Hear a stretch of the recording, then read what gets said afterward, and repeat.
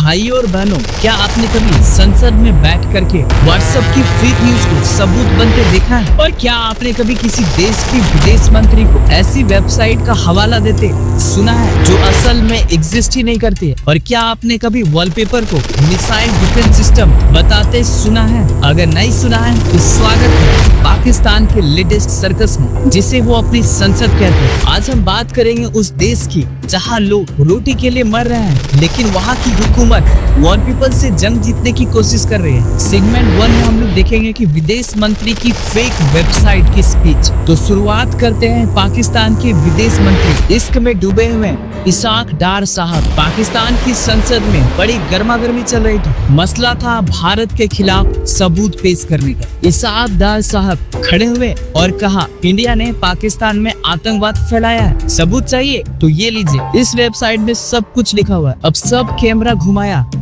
और देखा वेबसाइट का नाम था www.stateterrorismbyyindia.com। नाम सुनकर ही लग रहा था कि इसे न तो किसी एनजीओ ने बनाया और न किसी मानव अधिकार संस्था ने। ये तो पाकिस्तान के ISI ने बना के डार साहब को सौंप दी। लेकिन असली मजा तो तब आया जब पता चला कि वो वेबसाइट थी ही नहीं। जी हाँ, डोमेन एक्सपायर हो चुका था और साइट ओपन ही नहीं हो रहा था। और वो साइट दे रही थी 404 का इरर। और ये मजा तब दोगुना हो जाता है जब पता चलता है कि वो वेबसाइट पहले ही खुद पाकिस्तान सरकार की IT डिपार्टमेंट की है, जिसे उन्होंने खुद ही बनवाया था। यानी खुद ही लिखो, खुद ही पढ़ो और खुद ही साबित हुआ। वाह डार साहब वाह। सर, ये स्पीच नहीं कॉमेडी शो चल रहा है। सेगमेंट 2 में हम लोग देखते हैं डिप्टी PM का व्हाट्सएप वाला सबूत। अब एंट्री होती है पाकिस्तान के डिप्टी प्राइम मिनिस्टर अख्तियार अहमद साहब। पार्लियामेंट में माइक हाथ में लिया और बोले, इंडिया का एक नया प्लान आया, असूक योजना, और इसमें वो पाकिस्तान में आतंकवाद फैला रहे हैं। मेरे पास भी व्हाट्सएप में आया। भाई, मैं भी रोज एक आंटी का मैसेज पढ़ता हूँ। अगर रात को चप्पल उल्टी रख दी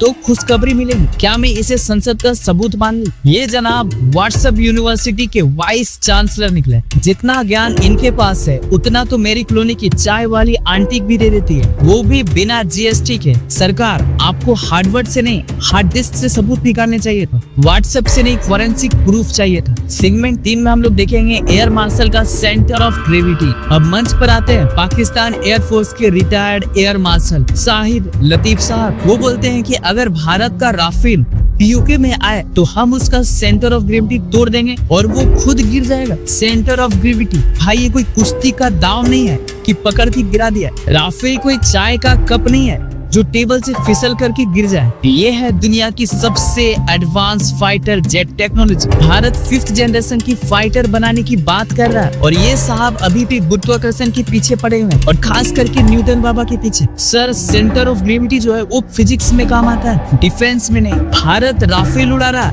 और आप अब भी अपनी पुरानी साइंस की बुक को पढ़ रहे हैं। सेगमेंट 4 में हम लोग देखेंगे शहबाज शरीफ का वॉलपेपर वाला हमला। अब आई सबसे खतरनाक कॉमेडी। वो खुद पाकिस्तान के प्रधानमंत्री शहबाज शरीफ ने की। उन्होंने कहा, हमारे पास भारत की नई मिसाइल डिफेंस यूनिट की फोटो है। तस्वीर दिखाई और कुछ ही घंटों में वो तस्वीर का वॉलपेपर निकला जो किसी आर्मी ब्लॉक पर डेकोरेटिव वॉलपेपर की तरह लगा हुआ था, और एक वॉलपेपर को डिफेंस सिस्टम मान लिया गया था। मतलब मेरे पास अगर लैपटॉप है, एवेंजर का वॉलपेपर है, तो क्या मैं सीड एजेंट बन गया? सेगमेंट 5 में हम लोग देखेंगे कि दुनिया की हंसी और भारत का जवाब। इन सभी घटनाओं के बाद पूरी दुनिया ने ठहाके लगाए। BCC, AI, जजीरा, DW न्यूज, यहाँ तक कि पाकिस्तान के एंकर्स ने इस पर मीम्स बना डाले और ट्विटर पर #WhatsApp मिनिस्टर ट्रेंड करने लगा और #फेक वेबसाइट फैसी को तो टॉप ट्रेंड में था। भारत ने कोई जवाब नहीं दिया और यही सबसे बड़ा जवाब था, क्योंकि भारत जानता है जिसका मजाक पूरी दुनिया उड़ा रही है उसे जवाब में आईना दिखाना चाहिए। सेगमेंट 6 में हम लोग देखेंगे पाकिस्तान की हालत। अब हम लोग बात करेंगे कि ये सब पाकिस्तान में आखिर क्यों हो रहा है, क्यों वहाँ की सरकारें